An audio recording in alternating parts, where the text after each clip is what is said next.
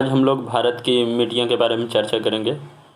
तो हम लोग पहले जान लेते हैं कि मिट्टी का निर्माण कैसे होता है। तो मिट्टी का निर्माण जो होता है, जो भूमि के ऊपर पाए जाने वाले दानेदार परत होता है मिट्टी, और जिसका जो निर्माण होता है मूल रूप से चट्टानों को विखंडित होने या वनस्पति के जीवों को सड़ने गलने तथा जलवायु की क्रिया से निर्मित अम्लीय पदार्थों को लाखों वर्षों की प्रक्रिया के बाद जो है मिट्टी का निर्माण होता है। तो मिट्टी का निर्माण जो बेसिकली होता है चट्टानों के टूटने फूटने और जो वनस्पति या जीव जंतु को सड़ गल जाने के बाद जो लाखों वर्ष के बाद जो होता है, बहुत समय के बाद जो है मिट्टी का निर्माण होता है।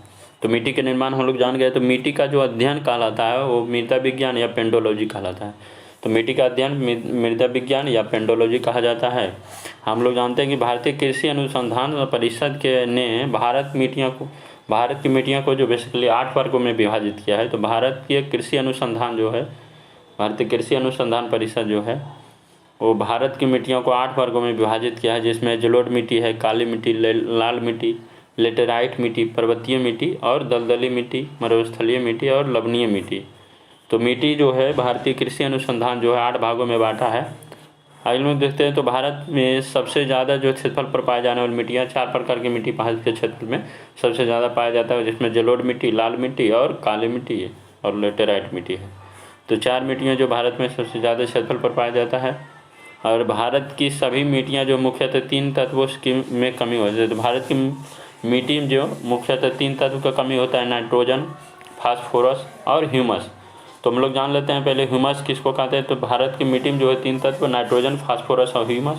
तो ह्यूमस के बारे में हम लोग जान लेते हैं कि यह भूरे काले रंग का कार्बनिक पदार्थ है, जिसका जो निर्माण होता है पेड़ पौधे तथा जंतुओं को प्राकृतिक रूप से सड़ने गलने या विघटन से जो कार्बनिक पदार्थ का निर्माण होता है, जिसे ह्यूमस कहते हैं। तो ह्यूमस जो है पेड़ पौधे या जंतुओं को प्राकृतिक रूप से जब सड़ गल जाता है, जो सड़ गल का जो विघटन होकर जो कार्बनिक पदार्थ से निर्मित होता है, उसे ह्यूमस कहते हैं। तो ह्यूमस के बारे में हम लोग जान गए। आगे देखते हैं जलोढ़ मिट्टी। जलोढ़ मिट्टी जो है, जलोढ़ मिट्टी इसे दोमट मिट्टी भी कहा जाता है या तो कछारी मिट्टी भी कहते हैं। जलोढ़ मिट्टी नदियों द्वारा पहाड़ी क्षेत्रों से लाकर मैदानी क्षेत्रों में बिछा दी जाती है जलोढ़ मिट्टी को। और जलोढ़ मिट्टी भारत में पाई जाने वाला सर्वाधिक उपजाऊ मिट्टी है। भारत में सबसे अधिक क्षेत्रफल पर भी जलोढ़ मिट्टी ही पाई जाती है।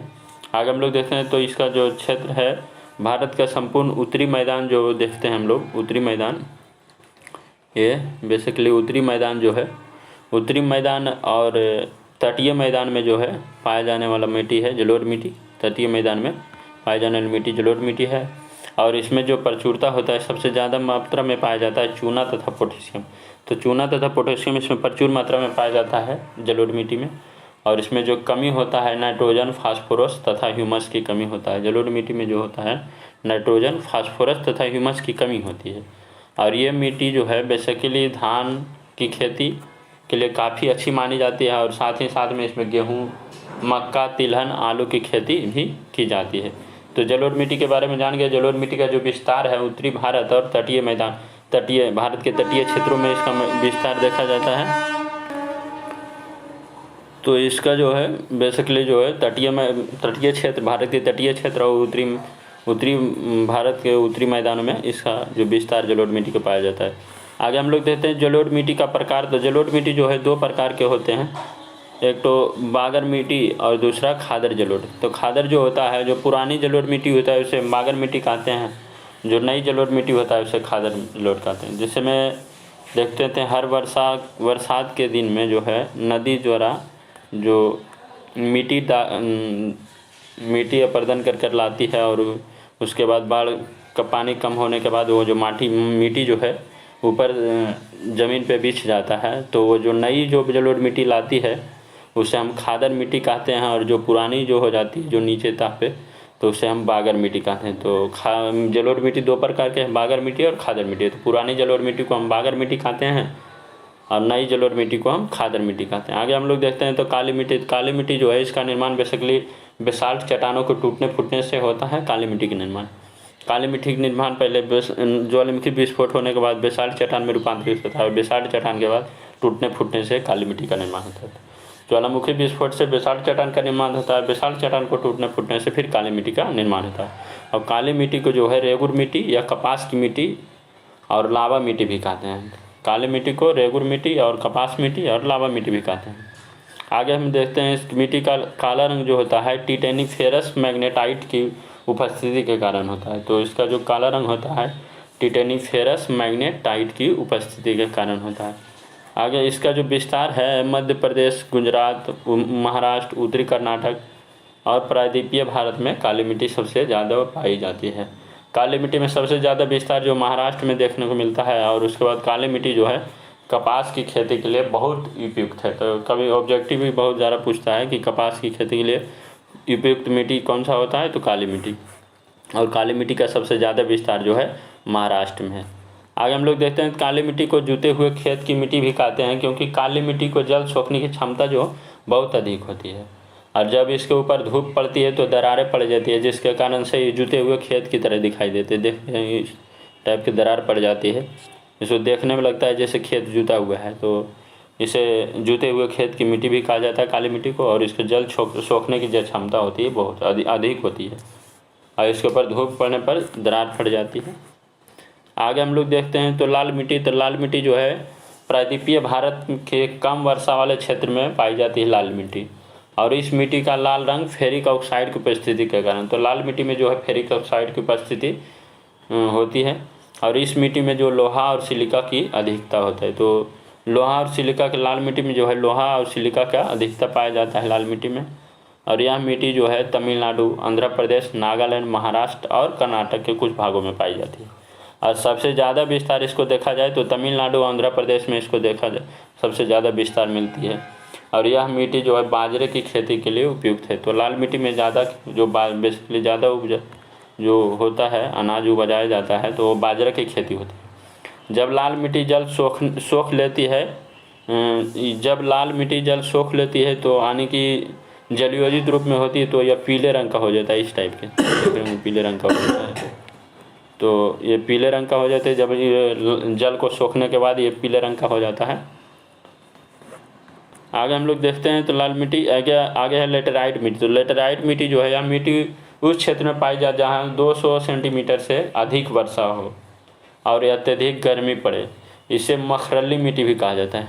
तो मखरली मिट्टी किसे कहा जाता है, तो लेटेराइट मिट्टी को। और ये 200 सेंटीमीटर से अधिक वर्षा वाले स्थान में मिलता है और जहाँ अधिक गर्मी पड़ती है उस जगह जो है लेटेराइट मिट्टी पाई जाती है। इस मिट्टी में जो लौह ऑक्साइड और एल्युमिनियम की मात्रा भरपूर होती है। लौह ऑक्साइड के कारण इस मिट्टी का रंग जो लाल होता है। तो लौह ऑक्साइड लेटेराइट मिट्टी का लाल रंग जो होता है लौह ऑक्साइड के कारण होता है। और इस मिट्टी में निछालन जो होता है, निछालन की प्रक्रिया देखने को अधिक मिलती है। और यह मुख्यतः जो है यह मिट्टी जो केरल में, कर्नाटक और तमिलनाडु, महाराष्ट्र के कुछ हिस्सों में पाया जाता है। और उड़ीसा, मेघालय के कुछ हिस्सों में भी यह मिट्टी लेटेराइट मिट्टी मिलता है। लेटेराइट मिट्टी में सर्वाधिक विस्तार जो देखते हैं तो केरल में सबसे ज़्यादा विस्तार जो है लेटेराइट मिट्टी का सबसे अधिक विस्तार जो है केरल में देखने को मिलता है। लेटेराइट मिट्टी जो है चाय, कॉफ़ी, इलायची, काजू की खेती के लिए सर्वाधिक उपयुक्त है। और लेटेराइट मिट्टी का उपयोग जो है ईंट बनाने में इसका प्रयोग किया जाता है, क्योंकि ये लाल रंग का होता है और इसका ईंट जो होता है बहुत मजबूत होता है। इसके लेटेराइट मिट्टी का जो है उपयोग बेसिकली ईंट बनाने में भी इसका प्रयोग करते हैं। और केरल में इसका विस्तार जो है बहुत ज़्यादा है। आगे हम लोग देखते हैं तो लवणीय मिट्टी में जो है जब मिट्टी की प्रकृति क्षारीय होती है और उसमें नमक की मात्रा बढ़ जाती है तो इस मिट्टी को हम जो है लवणीय मिट्टी कहते हैं। और लवणीय मिट्टी को रेह, कल्लर, ऊसर मिट्टी के नाम से भी जाना जाता है। तो लवणीय मिट्टी को रोह मिट्टी या कल्लर मिट्टी या ऊसर मिट्टी भी कहा जाता है। तो भारत में इस मिट्टी का सबसे ज़्यादा विस्तार देखेंगे तो आप गुजरात के कच्छ के रण में देखने को मिलता है, क्योंकि इधर ज़्यादा नमक जो है मिट्टी में जो है नमक क्षार देता ज़्यादा पाई जाती है। तो ये लवणीय मिट्टी बेसिकली ज़्यादा पाया जाता है गुजरात के कच्छ के रण में जो है लवण मिट्टी ज़्यादा पाया जाता है। गुजरात में सबसे ज़्यादा लवणीय मिट्टी पाई जाती है। आगे हम लोग देखते हैं पर्वतीय मिट्टी। इसका विस्तार जो है मृदा का विस्तार पर्वतों पर देखने को मिलता है, इसीलिए इसको पर्वतीय मिट्टी कहा जाता है। जहाँ पर हिमालय पर्वत का विस्तार है वहीं पे जम्मू कश्मीर वगैरह देखो, गुलमर्ग, सोनमर्ग ये सब ढलान की तरह पाया जाता है। तो जहाँ पर हिमालय पर्वत का विस्तार होता है वहाँ पर इसी प्रकार की मिट्टी पाई जाती है, पर्वतीय मिट्टी।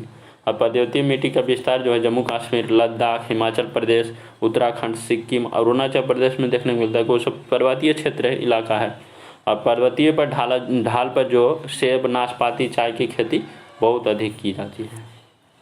तो ये सब जो पर्वतीय मिट्टी बेसिकली जो मिलती है उत्तरी भारत के जो क्षेत्र है, पहाड़ी इलाका, पर्वतीय क्षेत्र, उसमें जो है ज़्यादा पर्वतीय मिट्टी मिलती है। तो पर्वतीय मिट्टी उसी को कहते हैं जो पर्वतों के इलाकों में विस्तार मिट्टी को हम पर्वतीय मिट्टी कहते हैं। और इसमें जो खेती किया जाता है सेब, नाशपाती और चाय की खेती किया जाता है। आगे हम लोग देखते हैं मरुस्थलीय मिट्टी। इस प्रकार की मृदा में नमी की कमी होती है और इसका विस्तार भारत में राजस्थान, गुजरात, दक्षिण पंजाब और दक्षिण हरियाणा। तो इसका जो विस्तार है राजस्थान, गुजरात, दक्षिण पंजाब और दक्षिण हरियाणा में देखने को मिलता है मरुस्थलीय मिट्टी। और मरुस्थलीय भूमि होने के कारण यहाँ पर जो है खदान उगाना संभव नहीं होता है, पर मोटा अनाज जो है जैसे कि बाजरा, ज्वार और सरसों की खेती की जाती है। तो मरुस्थलीय मिट्टी में जो है बेसिकली बाजरा, ज्वार और सरसों की खेती की जाती है।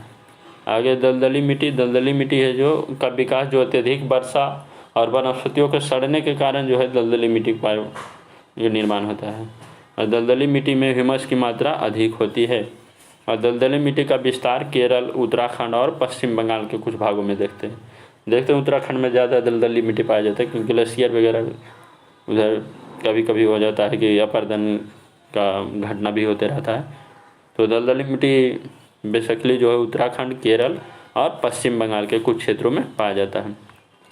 मुख्य फसलों को उगाने के लिए भूमि का पीएच मान जो है 6 से 7, लगभग 6-7 होना चाहिए, 6-7 होना चाहिए।